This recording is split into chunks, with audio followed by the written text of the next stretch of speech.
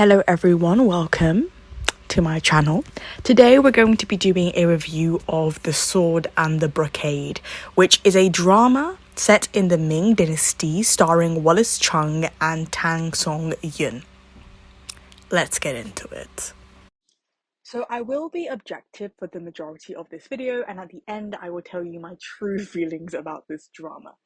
So the drama revolves around the concubine's daughter, played by Tang Song Yun's character, who agrees to marry her late sister's husband because as the sister is dying, she's saying to her, I have a son. This household is full of concubines. It's a marquise household, a noble household.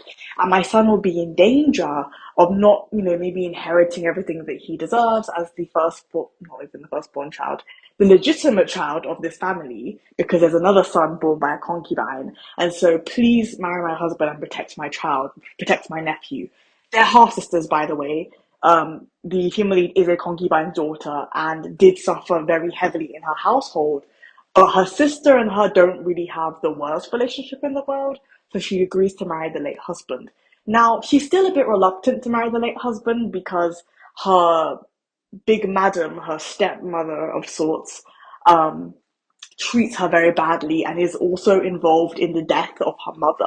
So she's very reluctant to kind of help this woman's child, who is her half sister. But she decides to, agree. She does love her nephew and she will do what she can to protect him.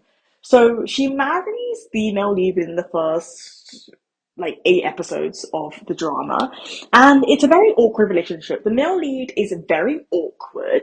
He has had 2 sons, he has all these concubines, and he's very good at politics, but when it comes to managing his household and the chaos of women, he is not very good at it. He's very somber and introverted and awkward, and it makes things more awkward for the female lead because there is about a 15-year age gap, I do believe, between the characters in the show. And so when they have their wedding night, they don't sleep together. They don't sleep together for a very long time because she's young and she feels awkward and she's like, I just married my brother-in-law. I feel awkward. He also feels awkward that his wife just died and then he marries her sister. And he has reservations about the marriage as well, and about the fact that he knows the sister and her agreed, to for her to marry him. Like, he also feels very awkward about it. But over the course of the show, and the show is 45 episodes, they go through a number of things. The concubines try to frame the female lead multiple times because the late sister was the head of the household, and the sister, the concubine's daughter, the female lead, becomes the new head of the household. And they try and frame her multiple times to try and knock her down because they disrespect her because she's a concubine's daughter. But it doesn't work because the female lead is smart and capable and knows all their tricks because she grew up as a concubine's daughter in a household that treated her and her mother quite badly. So she's ready and able to deal with anything that they bring to her. And it's a very slow burn romance. So by the end, and by the time the male lead gets to know the female lead more, saves her multiple times, they develop a very deep and loving relationship, and they finally consummate their marriage at the end of the drama. And it's a beautiful. They, end up having a daughter at the end, and at the end, most of the concubines are gone because of a number of things that have happened to them.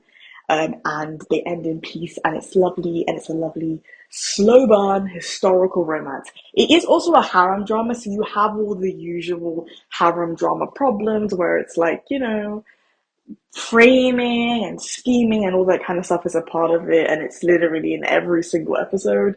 But the ending is this lovely, finishing touch on this slow burn romance. Now I'm going to talk about how I feel about it. I hate the male lead. I don't like male characters in fiction. I'm not really talking about real life, but in fiction that are so heavily introverted, particularly in dramas that are historical, and particularly in harem dramas, because they do not have what it takes to deal with the harem of women in a way that is formal and just I guess they don't know what to do, and they are terrible they are terrible stewards of whatever the harem was supposed to be. Do you know what I mean? Like they're terrible stewards of trying to manage a household, and he really is not capable of doing it, and only really becomes slightly warmer when he finally sees the truth of the family just showing him about his concubines. And even then, it's still a bit of a struggle to try and get rid of the concubines. I just see his character as utterly spineless, and that's just my personal opinion. Whether he's famous or not is not necessarily like a fact, but I don't like characters like that. And to the end of the show, I still hated his character. Like I still think about watching the whole show, getting to the end, and I still hate his character, and I still see his character as spineless. I really enjoyed the female lead's character. She did have lapses of judgment. There was a second male lead that, liked her a little bit, but she was married and would meet up with him in private when obviously someone was going to try and frame her for it and just didn't always make the best decisions. But she was a pretty solid female lead, and I did like the performance.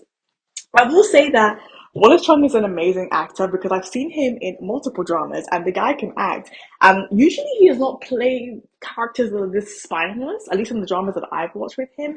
So the acting and the performance is fantastic. I just heavily dislike the character. Kang Sun Yoon is also an amazing actress, and I did like all the other performances. The most prominent concubine in this drama that causes the most drama in the drama is played by Hae Hong Shan, and she's just trying to get her grips in the male lead. That actress is actually really amazing. She was in Ru Yi. She's fantastic. She's been in multiple dramas. Her character was super annoying, but she did a great job. I will also say I really liked the OST. The songs were peaceful and calm and nice and really fit the overall theme of the show. I also really liked the costume. Everything was super like calm, blue and green and very, very light colors. It had a nice vibe to it. It felt slow burn. It felt slow and it was nice. So overall, I rated this drama an 8. I do think it is a decent drama. I didn't rate it a 9 or a 10 because I don't adore everything about it. It's not my absolute favorite. But I still think it's reasonable, and an 8 just feels right to me on my scale of how I kind of rate dramas. And let me know what you thought about this drama in the comments below. If you like my channel, please subscribe. If you like this video, please hit the like button below. Thank you so much for listening and have a lovely day, afternoon, evening, night. Bye bye.